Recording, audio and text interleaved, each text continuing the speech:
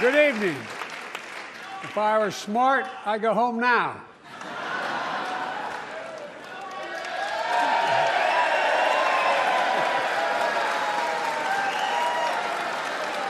Mr. Speaker, Madam Vice President, members of Congress, my fellow Americans, in January 1941, Franklin Roosevelt came to this chamber to speak to the nation, and he said, "I address you at a moment unprecedented in the history of the Union. Hitler was on the march. War was raging in Europe. President Roosevelt's purpose was to wake up Congress and alert the American people that this was no ordinary time. Freedom and democracy were under assault in the world. Tonight, I come to this same chamber to address the nation. Now, it's we who face an unprecedented moment in the history of the Union. And yes, my purpose tonight is to wake up the Congress and alert the American people that this is no ordinary moment either. Not since President Lincoln and the Civil War have freedom and democracy been under assault at home as they are today. What makes our moment rare is that freedom and democracy are under attack both at home and overseas at the very same time. Overseas, Putin of Russia is on the march, invading Ukraine and sowing chaos throughout Europe and beyond. If anybody in this room thinks Putin will stop at Ukraine, I assure you he will not.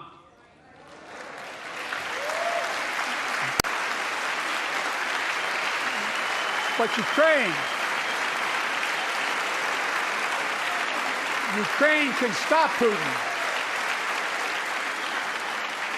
Ukraine can stop Putin if we stand with Ukraine and provide the weapons that needs to defend itself.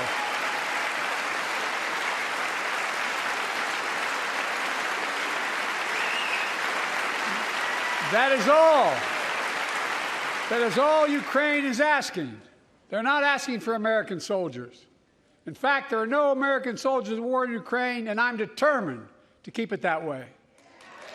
But now, assistance to Ukraine is being blocked by those who want to walk away from our world leadership.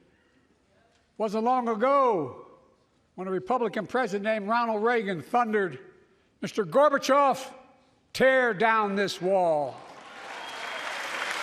Now,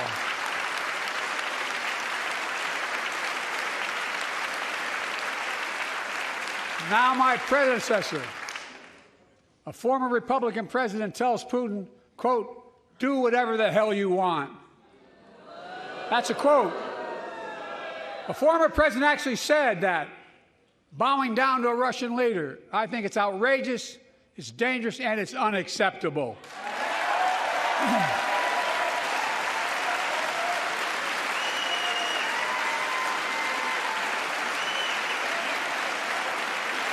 America is a founding member of NATO, the military alliance of democratic nations created after World War II to prevent war and keep the peace. And today, we've made NATO stronger than ever. We welcomed Finland to the alliance last year.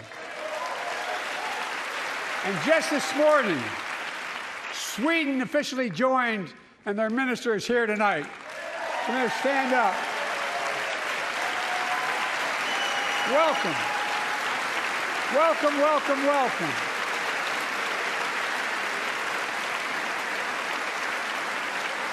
And they know how to fight.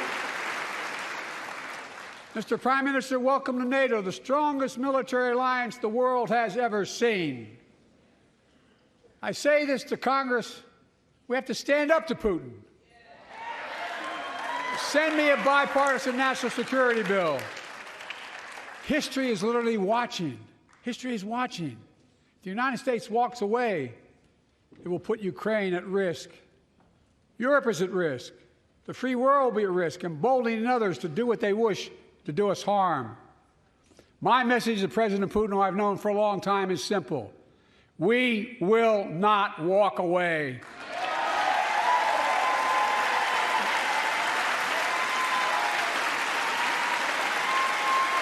We will not bow down.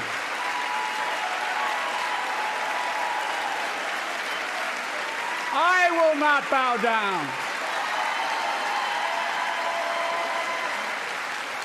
In a literal sense, history is watching. History is watching. Just like history watched 3 years ago on January 6th, when insurrectionists stormed this very Capitol and placed a dagger to the throat of American democracy. Many of you were here on that darkest of days. We all saw with our own eyes the insurrectionists were not patriots. They'd come to stop the peaceful transfer of power, to overturn the will of the people. January 6th lies about the 2020 election and the plots to steal the election posed a gravest threat to U.S. democracy since the Civil War. But they failed. America stood.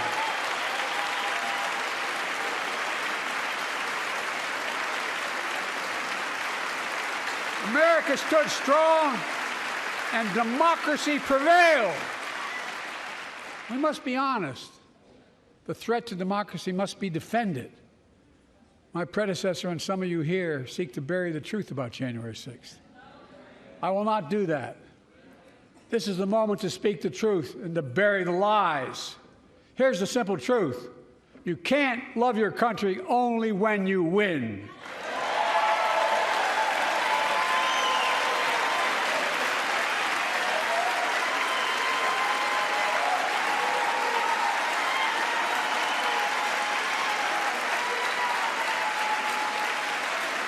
As I've done ever since being elected to office, I ask all of you without regard to party to join together and defend democracy. Remember your oath of office to defend against all threats, foreign and domestic. Respect free and fair elections, restore trust in our institutions, and make clear political violence has absolutely no place in America, zero place. Again, it's not hyperbole to suggest history is watching. We're watching. Your children and grandchildren will read about this day and what we do. History is watching another assault on freedom. Joining us tonight is Latoya Beasley, a social worker from Birmingham, Alabama. 14 months ago, she and her husband welcomed a baby girl thanks to the miracle of IVF. She scheduled treatments to have that second child, but the Alabama Supreme Court shut down IVF treatments across the state, unleashed by a Supreme Court decision overturning Roe v. Wade. She was told her dream would have to wait. What her family had got through should never have happened. Unless Congress acts, it could happen again. So tonight, let's stand up for families like hers. To my friends across the aisle, don't keep this waiting any longer. Guarantee the right to AVF. Guarantee it nationwide.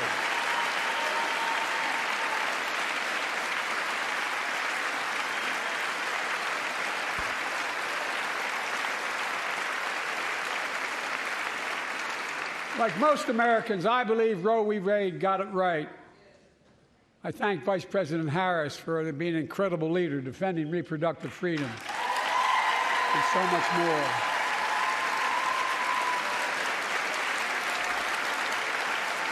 Thank you. My predecessor came to office determined to see Roe v. Wade overturned. He's the reason it was overturned, and he brags about it. Look at the chaos that has resulted. Joining us tonight is Kate Cox, the wife and mother from Dallas. She's become pregnant again and had a fetus of a fatal condition. Her doctor told Kate that her own life and her ability to have children in the future were at risk if she didn't act. Because Texas law banned her ability to act, Kate and her husband had to leave the state to get what she needed. What her family got through should have never happened as well, but it's happening in too many others. There are state laws banning the freedom to choose, criminalizing doctors, forcing survivors of rape and incest to leave their states to get the treatment they need. Many of you in this chamber and my predecessor are promising to pass a national ban on reproductive freedom. My God, what freedom else would you take away? Look, It's a decision to overturn Roe v. Wade. The Supreme Court majority wrote the following, and with all due respect, justices, women are not without electoral power. Electoral or political power. You're about to realize just how much you were right about that.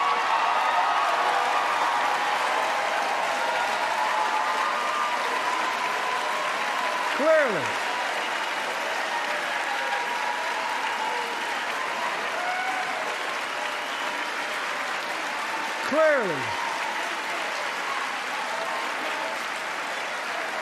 Those bragging about overturning Roe v. Wade have no clue about the power of women.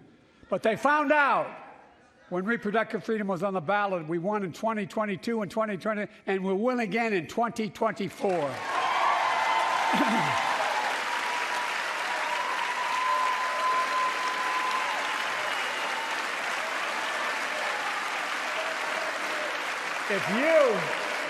If you, the American people, send me a Congress that supports the right to choose, I promise you, I'll restore Roe v. Wade as the law of the land again.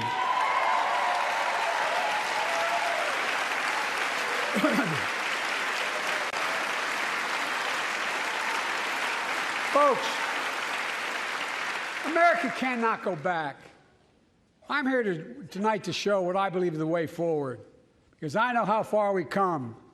4 years ago next week, before I came to office, the country was hit by the worst pandemic and the worst economic crisis in a century. Remember the fear, record losses. Remember the spikes in crime and the murder rate, raging virus that took more than 1 million American lives, of loved ones, millions left behind. A mental health crisis of isolation and loneliness. A president, my predecessor, failed the most basic presidential duty that he owes to American people, the duty to care. I think that's unforgivable. I came to office determined to get us through one of the toughest periods in the nation's history. We have. It doesn't make news in 1,000 cities and towns. The American people are writing the greatest comeback story never told.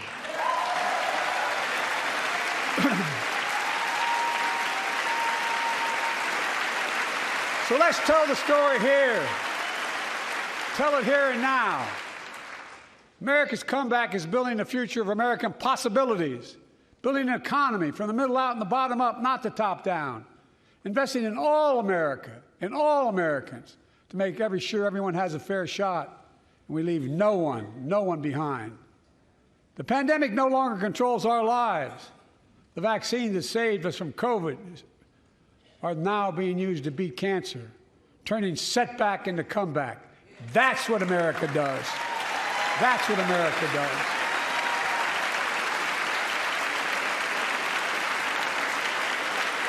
Folks, my inherited economy is on the brink. Now our economy is literally the envy of the world. 15 million new jobs in just 3 years, a record, a record. Unemployment at 50-year lows.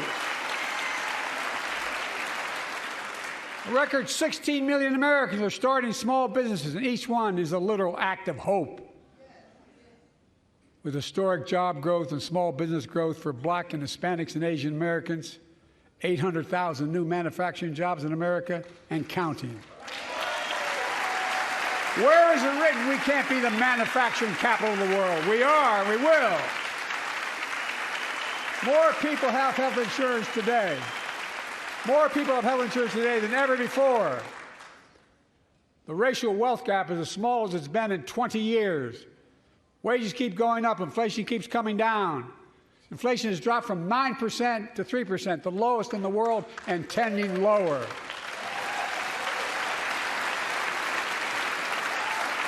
The landing is and will be soft. And now, instead of importing foreign products and exporting American jobs, we're exporting American products and creating American jobs. Right here in America, where they belong.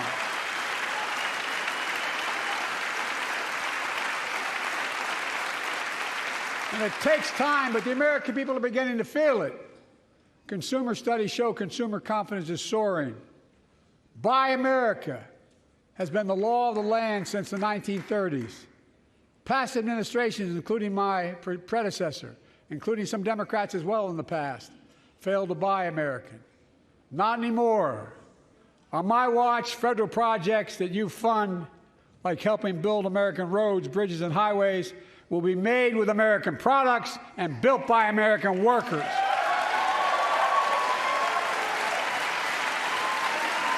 Creating good-paying American jobs.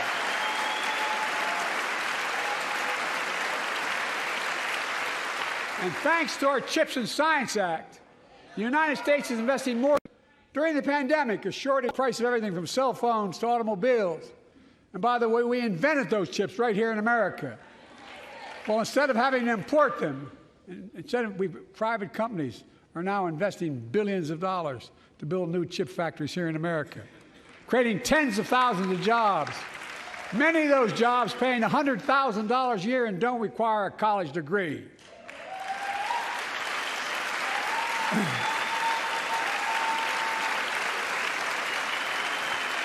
In fact, my policies have attracted $650 billion in private sector investment in clean energy, advanced manufacturing, creating tens of thousands of jobs here in America.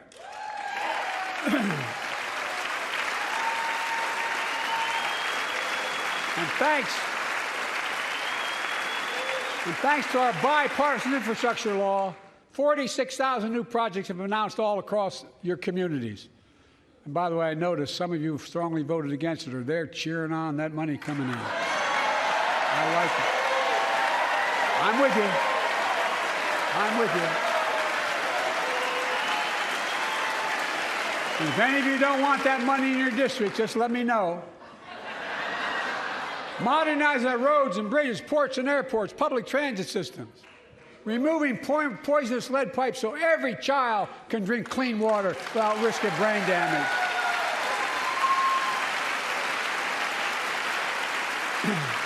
Providing affordable high-speed internet for every American, no matter where you live, urban, suburban, or rural communities, in red states and blue states. Record investments in tribal communities. Because of my investment in family farms, because I invested in family farms led by my Secretary of Agriculture, who knows more about this than anybody I know, we're better able to stay in the family for those farms and their children and grandchildren won't have to leave home to make a living. It's transformative. The great comeback story is Belvidere, Illinois, home to an auto plant for nearly 60 years.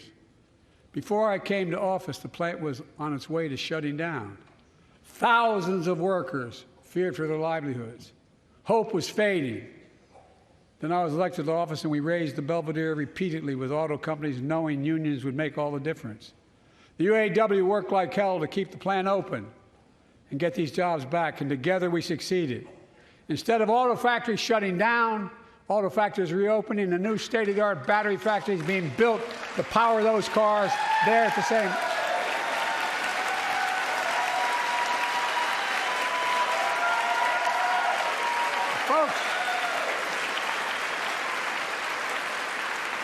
The folks at Belvedere, I say, instead of your town being left behind, your community is moving forward again. Because instead of watching auto jobs of the future go overseas, 4,000 union jobs with higher wages are building the future in Belvedere right here in America.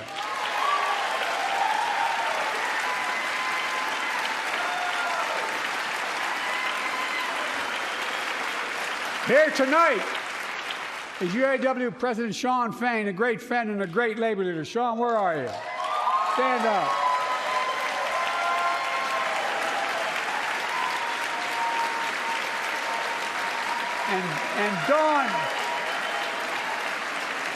And Dawn Sims, a third-generation worker, UAW worker at Belvedere. Shawn, I was proud to be the first president to stand on the picket line, and today, Dawn has a good job in her hometown, providing stability for her family and pride and dignity as well. Showing once again, Wall Street didn't build America. They're not bad guys. They didn't build it, though. The middle class built the country, and unions built the middle class.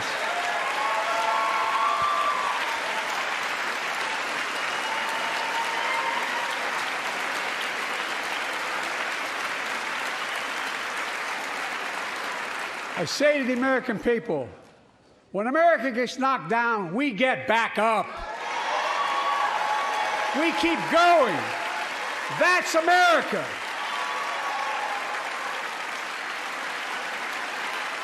That's you, the American people.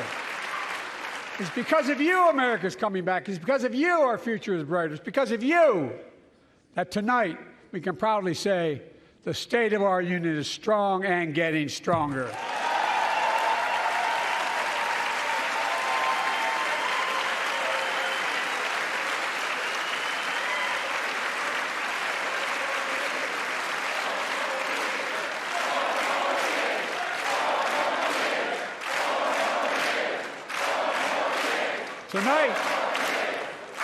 Tonight, I want to talk about the future of possibilities that we can build together.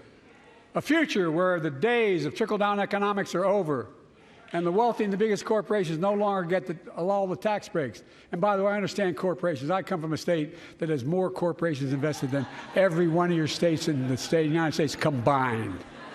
And I represented it for 36 years. I'm not anti-corporation, but I grew up in a home where trickle-down economics didn't put much on my dad's kitchen table. That's why I determined to turn things around so middle class does well. When they do well, the poor have a way up and the wealthy still do very well. We all do well. And there's more to do to make sure you're feeling the benefits of all we're doing. Americans pay more for prescription drugs than anywhere in the world. It's wrong, and I'm ending it.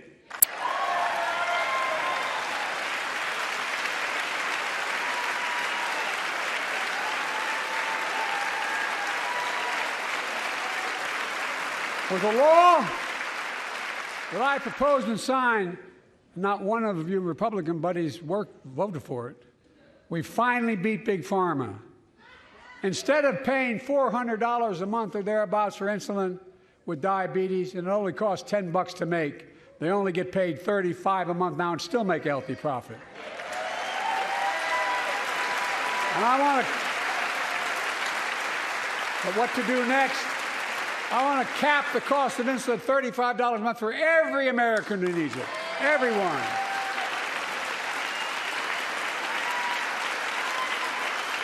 For years, people have talked about it, but finally we got it done and gave Medicare the power to negotiate lower prices on prescription drugs, just like the VA is able to do for veterans. That's not just saving seniors money, it's saving taxpayers money. We cut the federal deficit by $160 billion. Because Medicare will no longer have to pay those exorbitant prices to Big Pharma. This year, Medicare is negotiating lower prices for some of the costliest drugs on the market to treat everything from heart disease to arthritis. It's now time to go further and give Medicare the power to negotiate lower prices for 500 different drugs over the next decade. They're making a lot of money, guys. And they'll still be extremely profitable. Will not only save lives, it will save taxpayers another $200 billion. Starting next year, the same law caps total prescription drug costs for seniors on Medicare at $2,000 a year, even for expensive cancer drugs that cost $10,000, $12,000, $15,000. Now I want to cap prescription drug costs at $2,000 a year for everyone. Folks, I'm going to get in trouble for saying that, but if you want to get an Air Force One and fly to Toronto, Berlin, Moscow, well, even Moscow, probably. And bring your prescription with you, and I promise you I'll get it for you for 40% the cost you're paying now. Same company, same drug, same place. Folks, the Affordable Care Act, the old Obamacare, is still a very big deal.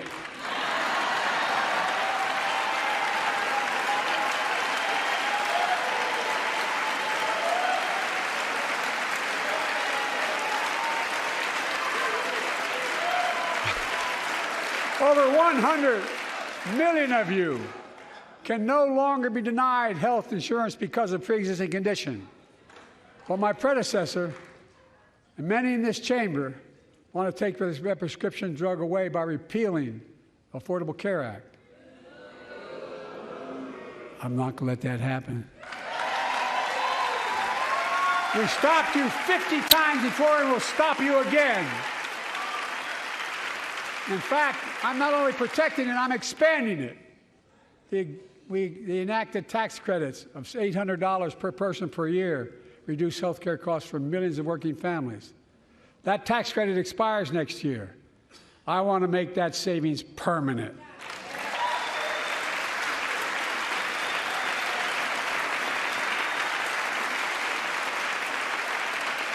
To state the obvious, women are more than half our population, but research on women's health has always been underfunded. That's why we're launching the first ever White House initiative on women's health research, led by Jill, doing an incredible job as First Lady.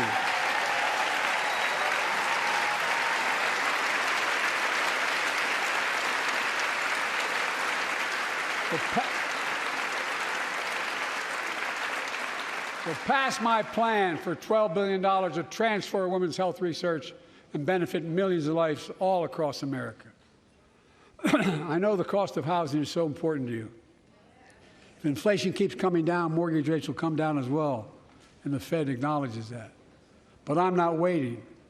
I want to provide an annual tax credit that will give Americans $400 a month for the next 2 years as mortgage rates come down, to put toward their mortgages when they buy their first home or trade up for a little more space.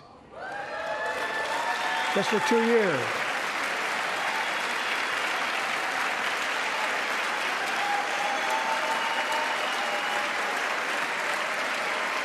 And my administration is also eliminating title insurance on federally backed mortgages. When you refinance your home, you can save $1,000 or more as a consequence. For millions of renters, we're cracking down on big landlords who use antitrust law, who break antitrust laws by price fixing and driving up rents. We've cut red tape so builders can get federally financing, which is already helping build a record 1.7 million new housing units nationwide. Now pass and build and renovate 2 million affordable homes and bring those rents down.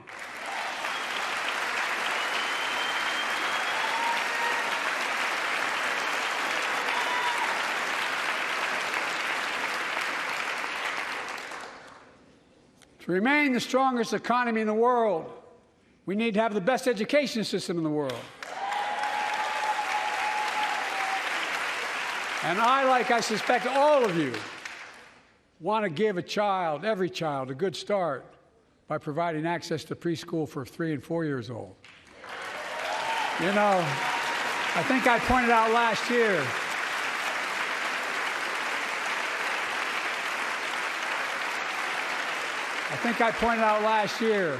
that children coming from broken homes where there's no books, they're not read to, not spoken to very often, start school, kindergarten, or first grade, having heard 1 million fewer words spoken.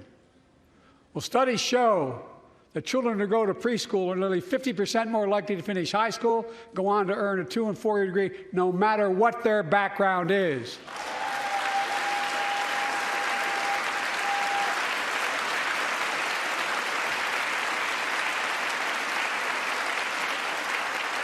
I met a year and a half ago with the leaders of the Business Roundtable. They were mad that they were angry, they were discussing why I wanted to spend money on education. I pointed out to them, as vice president, I met with over 182 of those folks. Don't hold me to the exact number. And I asked them what they need most, the CEOs. And you've had the same experience on both sides of the aisle. They say a better educated workforce, right? So I looked at them, and I say, I come from Delaware. DuPont used to be the 8th largest corporation in the world. And every new enterprise they bought, they educated the workforce to that enterprise. But none of you do that anymore.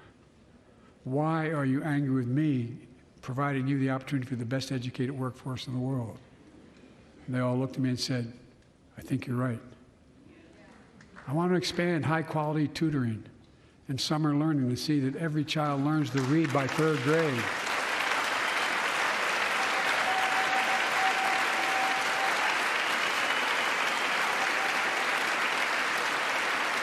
I'm also connecting local businesses and high schools so students get hands-on experience and a path to a good-paying job, whether or not they go to college. And I want to make sure the college is more affordable. Let's continue increasing the Pell Grants to working and middle-class families and increase record investments in HBCUs and minority-serving institutions, including Hispanic institutions.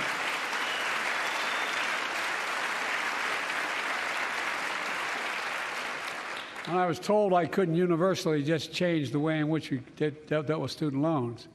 I fixed 2 student loan programs that already existed to reduce the burden of student debt for nearly 4 million Americans, including nurses, firefighters, and others in public service.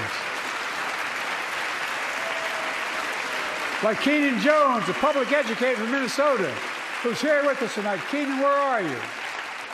Keenan, thank you. He's educated hundreds of students so they can go to college. Now he's able to help, after debt forgiveness, get his own daughter to college.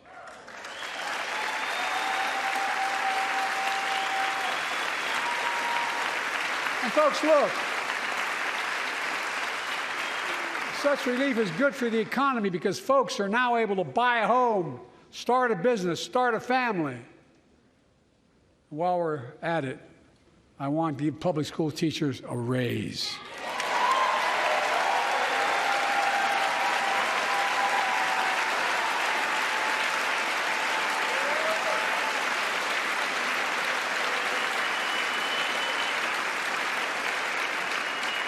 And by the way, the first couple of years, we cut the deficit. Now, let me speak to the question of fundamental fairness for all Americans. I've been delivering real results in fiscally responsible ways. We've already cut the federal deficit. We've already cut the federal deficit over $1 trillion. I signed the bipartisan deal to cut another $1 trillion in the next decade. It's my goal to cut the federal deficit another $3 trillion by making big corporations and very wealthy finally beginning to pay their fair share.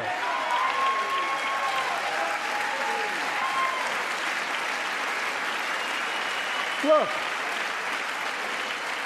I'm a capitalist. If you want to make or can make $1 million or millions of bucks, that's great. Just pay your fair share in taxes.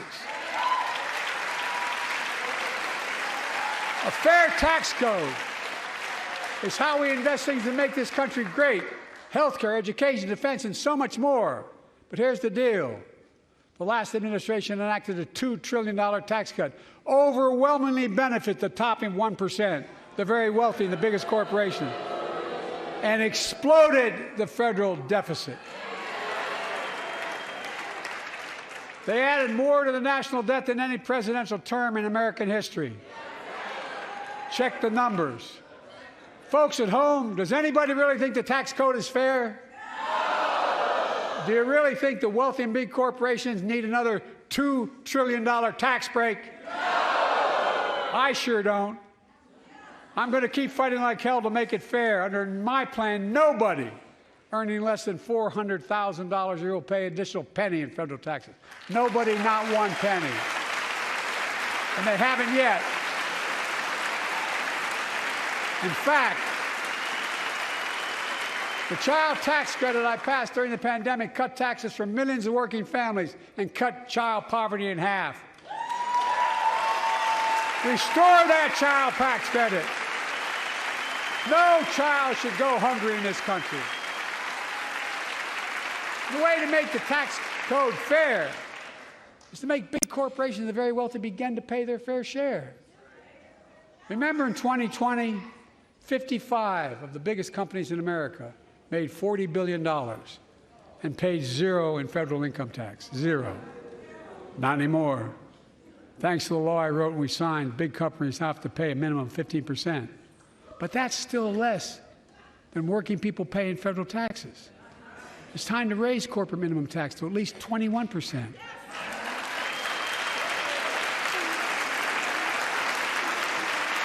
So every big corporation finally begins to pay their fair share. I also want to end tax breaks for big pharma, big oil, private jets, massive executive pay when it's only supposed to be $1 million that can be deducted. They can pay them $20 million if they want, but deduct $1 million. End it now. You know, there are 1,000 billionaires in America. You know what the average federal tax is for those billionaires? No. They're making great sacrifices, 8.2%. That's far less than the vast majority of Americans pay. No billionaire should pay a lower federal tax rate than a teacher, a sanitation worker, or a nurse.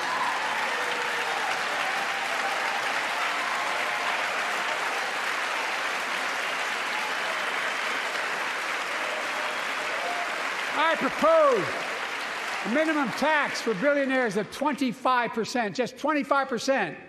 You know what that would raise? That would raise $500 billion over the next 10 years. And imagine what that could do for America. Imagine a future with affordable child care. Millions of families can get they need to go to work to help grow the economy. Imagine a future with paid leave, because no one should have to choose between working and taking care of their sick family member. Imagine the future of home care and elder care, and people living with disabilities so they can stay in their homes and family caregivers can finally get the pay they deserve. Tonight, let's all agree once again to stand up for seniors. Many of my friends on the other side of the aisle want to put Social Security on the chopping block. If anyone here tries to cut Social Security, Medicare, or raise the retirement age, I will stop you.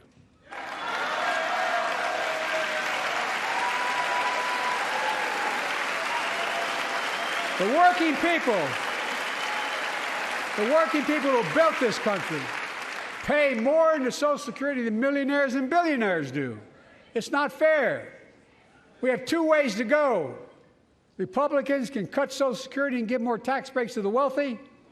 That's the proposal. Oh no, you guys don't want another $2 trillion tax cut? I kind of thought that's what your plan was. Well, that's good to hear. You're not going to cut another $1 billion for the super wealthy. That's good to hear.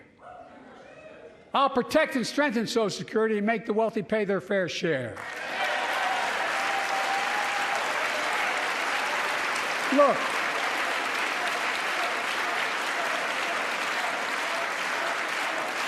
too many corporations raise prices to pad their profits, charging more and more for less and less. That's why we're cracking down on corporations that engage in price gouging and deceptive pricing, from food to health care to housing. In fact, the snack companies think you won't notice if they change the size of the bag and put a hell of a lot fewer, same size bag, put fewer chips in it. No, I'm not joking. It's called shrinkflation. Pass Bobby Casey's bill and stop this. I really mean it.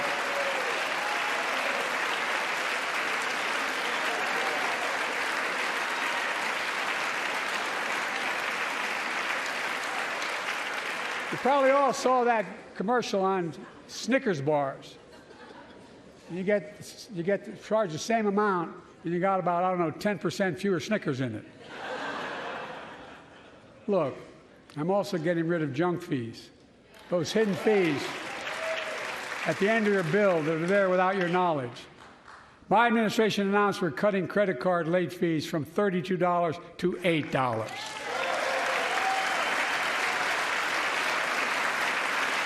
Banks and credit card companies are allowed to charge what it costs them to instigate the collection. And that's more a hell of a lot like $8 and 30-some dollars. They don't like it. The credit card companies don't like it. But I'm saving American families $20 billion a year with all the junk fees I'm eliminating. Folks at home,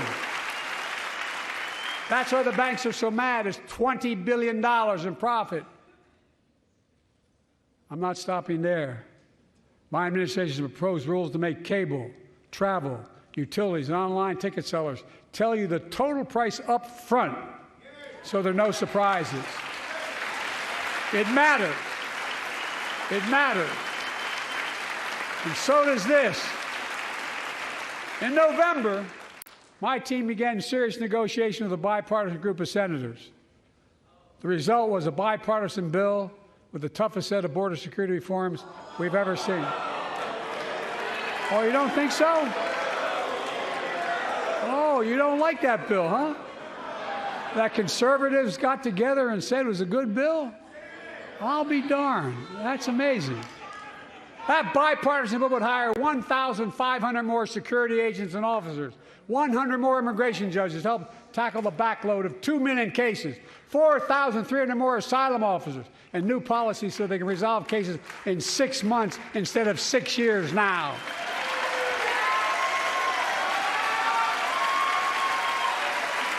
What are you against? 100 more high-tech drug detection machines to significantly increase the ability to screen and stop vehicles smuggling fentanyl into America. That's killing thousands of children. This bill would save lives and bring order to the border. It will also give me and any new president new emergency authority to temporarily shut down the border when the number of migrants at the border is overwhelming. The Border Patrol Union has endorsed this bill. The Federal Chamber of Commerce is, yeah. You're saying low. Look at the facts. I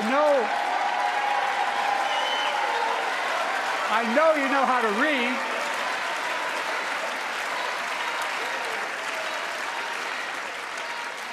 I believe that given the opportunity for a majority in the House and Senate would endorse the bill as well, a majority right now. But unfortunately, politics has derailed this bill so far. I'm told my predecessor called members of Congress in the Senate to demand they block the bill. He feels political win, he viewed it as a political win for me and a political loser for him. It's not about him, it's not about me. I'd be a winner, not really.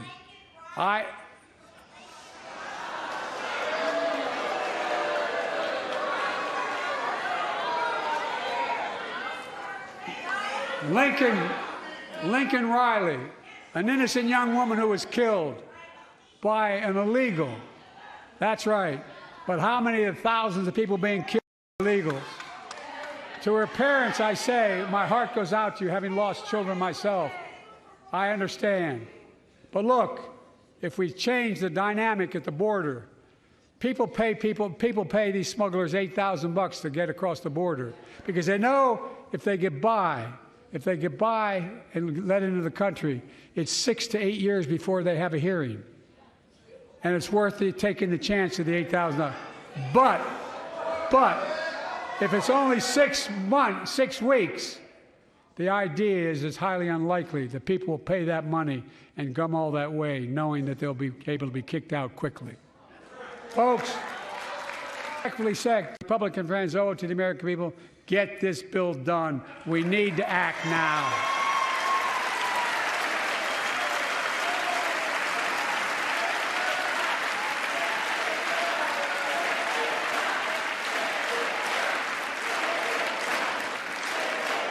And if my predecessor is watching, instead of paying politics and pressuring members of Congress to block the bill, join me in telling the Congress to pass it. We can do it together. But that's what he apparently here's what he will not do. I will not demonize immigrants saying they are poison in the blood of our country. I will not separate families. I will not ban people because of their faith. Unlike my predecessor on my first day in office, I introduced a comprehensive bill to fix our immigration system. Take a look at it. It has all these and more. Secure the border, provide a pathway to citizenship for dreamers, and so much more. But unlike my predecessor, I know who we are as Americans. We're the only nation in the world with a heart and soul that draws from old and new. Home to Native Americans, and ancestors have been here for thousands of years. Home to people of every place, from every place on earth. They came freely. Some came in chains. Some came when famine struck, like my ancestral family in Ireland. Some to flee persecution, to chase dreams that are impossible anywhere but here in America. That's America. And we all come from somewhere, but we're all Americans.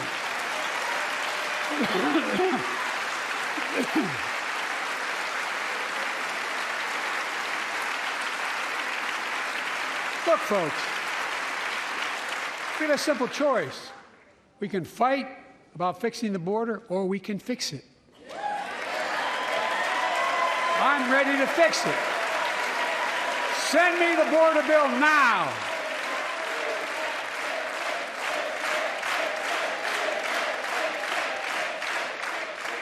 A transformational moment in history happened 59 years ago today in Selma, Alabama.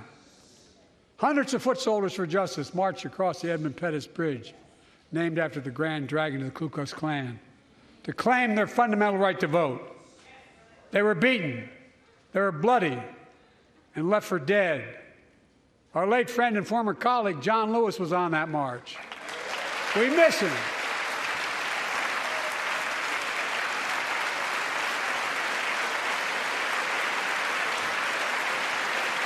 But joining us tonight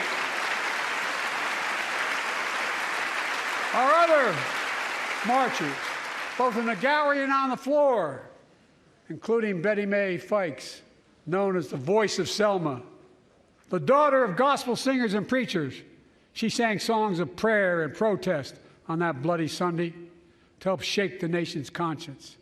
5 months later, the Voting Rights Act passed and was signed into law.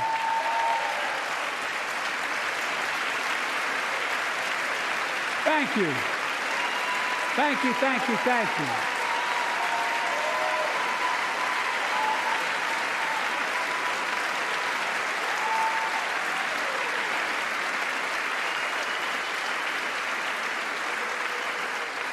But 59 years later, there are forces taking us back in time. Voter suppression, election subversion, unlimited dark money, extreme gerrymandering. John Lewis is a great friend to many of us here, but if you truly want to honor him and all the heroes who marched with him, then it's time to do more than talk. Pass the Freedom to Vote Act, the John Lewis Voting Rights Act.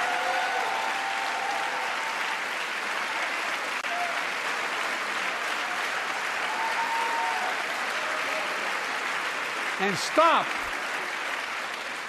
denying another core value of America, our diversity across American life. Banning books, it's wrong. Instead of erasing history, let's make history. I want to protect fundamental rights. Pass the Equality Act. And my message to transgender Americans, I have your back. Pass the PRO Act for workers' rights. Raise the federal minimum wage, because every worker has a right to a decent living, more than $7 an hour.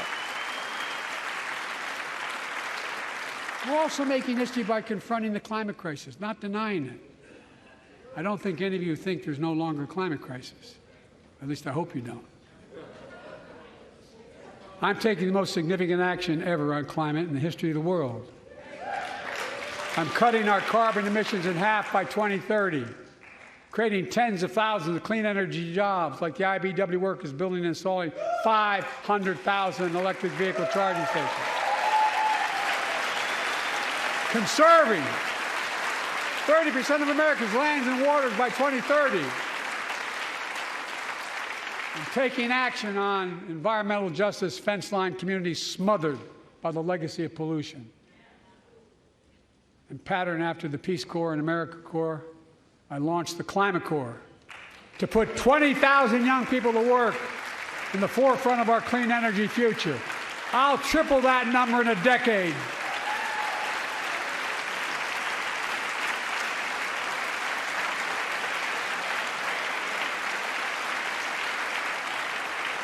To state the obvious, all Americans deserve the freedom to be safe, and America is safer today than when I took office. The year before I took office, murder rates went up 30%. 30% they went up. The biggest increase in history. It was then, through my American Rescue Plan, which every American voted against, I might add, we made the largest investment in public safety ever. Last year, the murder rate saw the sharpest decrease in history. Violent crime fell to one of its lowest levels in more than 50 years. But we have more to do. We have to help cities invest in more community police officers, more mental health workers, more community violence intervention. Give communities the tool to crack down on gun crime, retail crime, and carjacking. Keep building trust, as I've been doing by taking executive action on police reform and calling for it to be the law of the land. Directing my cabinet to review the federal classification of marijuana and expunging thousands of convictions for the mere possession, because no one should be jailed for simply using or have it on their record. Take on crimes of domestic violence. I'm ramping up the Federal Enforcement of the Violence Against Women Act that I proudly wrote when I was a senator, so we can finally end the scourge against women in America.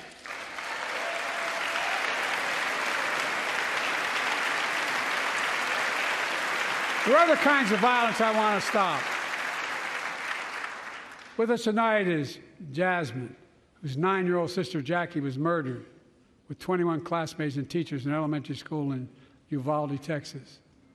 Very soon after that happened, Jill and I went to Uvalde for a couple of days. We spent hours and hours with each of the families. We heard their message, so everyone in this room, in this chamber, could hear the same message. The constant refrain, and I was there for hours meeting with every family. They said, do something. Do something.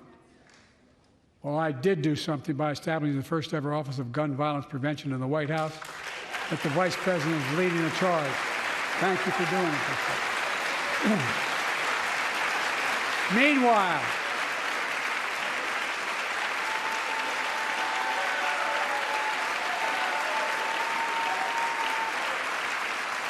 Meanwhile, my predecessor told the NRA he's proud he did nothing on guns when he was president. Oh.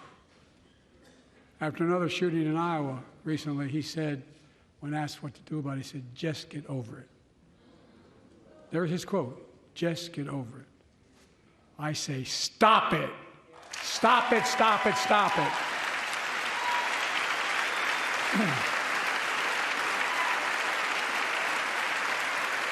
I'm proud we beat the NRA when I signed the most significant gun safety law in nearly 30 years because of this Congress. We now must beat the NRA again. I'm demanding a ban on assault weapons and high-capacity magazines. Pass universal background checks. None of this. I taught the Second Amendment for 12 years. None of this violates the Second Amendment or vilifies responsible gun owners. You know, as we manage challenges at home, we're also managing crises abroad, including in the Middle East. I know the last 5 months have been gut-wrenching for so many people, for the Israeli people, for the Palestinian people, and so many here in America. This crisis began on October 7th with a massacre by a terrorist group called Hamas, as you all know. 1,200 innocent people, women and girls, men and boys, slaughtered after enduring sexual violence. The deadliest day for the Jewish people since the Holocaust, and 250 hostages taken. Here in this chamber tonight are families whose loved ones are still being held by Hamas. I pledge to all the families that we will not rest until we bring every one of your loved ones home. We also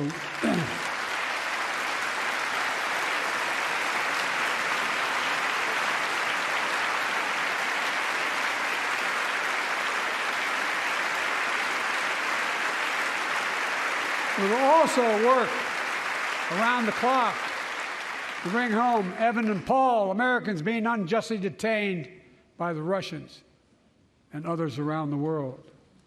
Israel has the right to go after Hamas. Hamas ended this conflict by releasing hostages, laying down arms, could end it by releasing the hostages, laying down arms, and surrendering those responsible for October 7th. But Israel has Israel has an added burden because Hamas hides and operates among the civilian population like cowards, under hospitals, daycare centers, and all the like. Israel also has a fundamental responsibility, though, to protect innocent civilians in Gaza.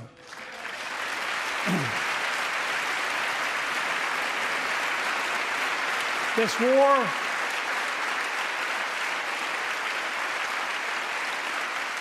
has taken a greater toll on innocent civilians than all previous wars in Gaza combined. More than 30,000 Palestinians have been killed, most of whom are not Hamas. Thousands and thousands of innocents, women and children, girls and boys, also orphaned. Nearly 2 million more Palestinians under bombardment or displacement. Homes destroyed, neighborhoods in rubble, cities in ruin. Families without food, water, medicine. It's heartbreaking. I've been working nonstop to establish an immediate ceasefire that would last for 6 weeks to get all the prisoners released, all the hostages released, to get the hostages home and ease the intolerable and humanitarian crisis and build toward an enduring, something more enduring. The United States has been leading international efforts to get more humanitarian assistance to Gaza. Tonight, I'm directing the U.S. military to lead an emergency mission to establish a temporary pier in the Mediterranean on the coast of Gaza that can receive large shipments carrying food, water, medicine, and temporary shelters. No U.S. boots will be on the ground. A temporary pier will enable a massive increase in the amount of humanitarian assistance getting into Gaza every day.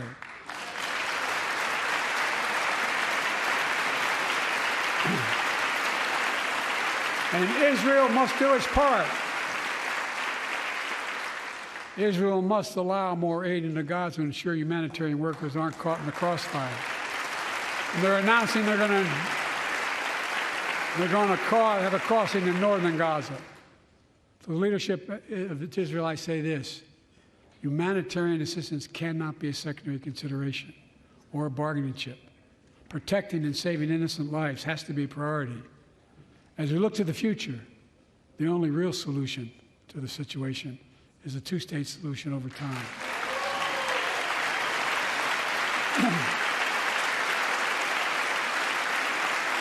And I say this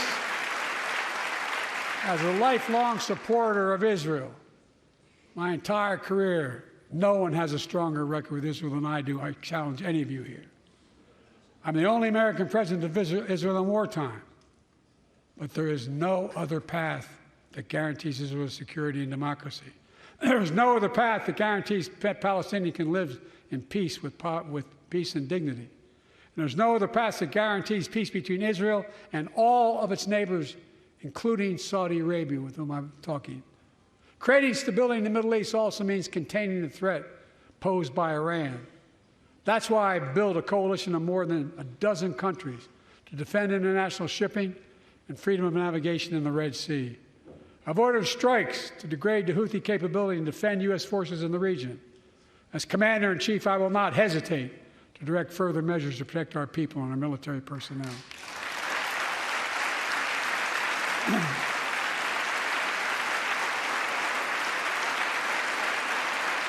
For years, I've heard many of my Republican and Democratic friends say that China is on the rise and America is falling behind.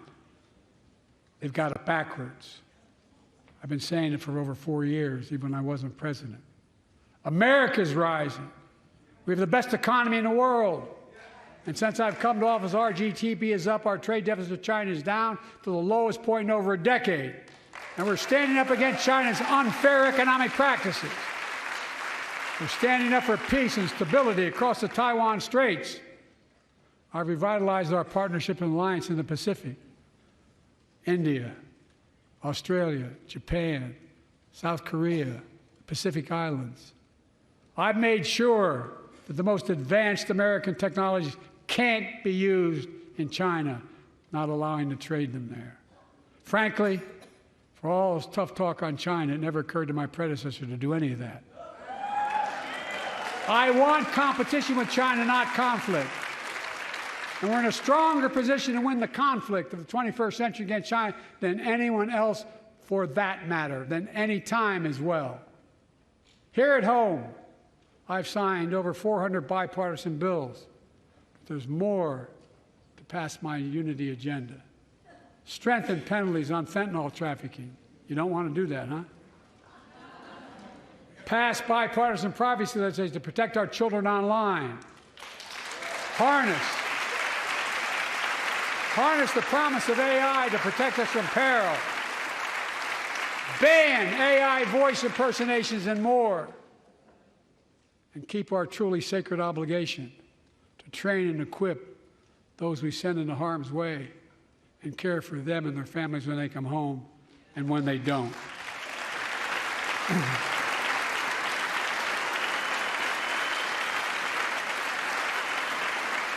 That's why the song Support and Help of Dennis and the VA, I signed the PACT Act. One of the most significant laws ever, helping millions of veterans exposed to toxins who now are battling more than 100 different cancers. Many of them don't come home, but we owe them and their families support. We owe it to ourselves to keep supporting our new health research agency called ARPA-H, and remind us that we can do big things, like end cancer as we know it, and we will.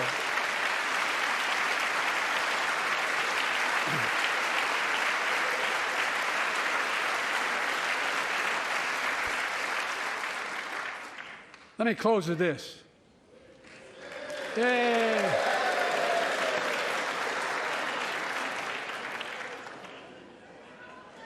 I know you don't want to hear any more, Lindsay, but I got to say a few more things. I know it may not look like it, but I've been around a while. When you get to be my age, certain things become clearer than ever. I know the American story. Again and again, I've seen the contest between competing forces in the battle for the soul of our nation, between those who want to pull America back to the past and those who want to move America into the future. My lifetime has taught me to embrace freedom and democracy, a future based on core values that have defined America: honesty, decency, dignity, equality, to respect everyone, to give everyone a fair shot, to give hate no safe harbor. Now, other people my age see it differently. The American story of resentment, revenge, and retribution, that's not me. I was born amid World War II, when America stood for the freedom of the world. I grew up in Scranton, Pennsylvania, and Claymont, Delaware, among working-class people who built this country. I watched in horror as two of my heroes, like many of you did, Dr. King and Bobby Kennedy, were assassinated. And their legacies inspired me to pursue a career in service. I left the law firm, became a public defender, because my city of Wilmington was the only city in America occupied by the National Guard after Dr. King was assassinated because of the riots. And I became a county councilman almost by accident. I got elected to the United States Senate when I had no intention of running at age 29. Then vice president to our first black president. Now president to the first women vice president.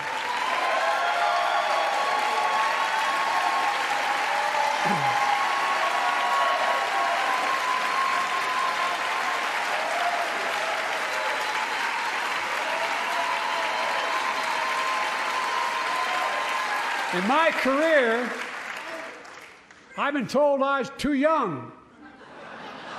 By the way, they didn't let me on the Senate elevators for votes sometimes. Not a joke. And I've been told I'm too old. Whether young or old, I've always known what endures. I've known our North Star. The very idea of America is that we're all created equal, and deserves to be treated equally throughout our lives. We've never fully lived up to that idea, but we've never walked away from it either. And I won't walk away from it now. I'm optimistic. I really am. I'm optimistic, Nancy.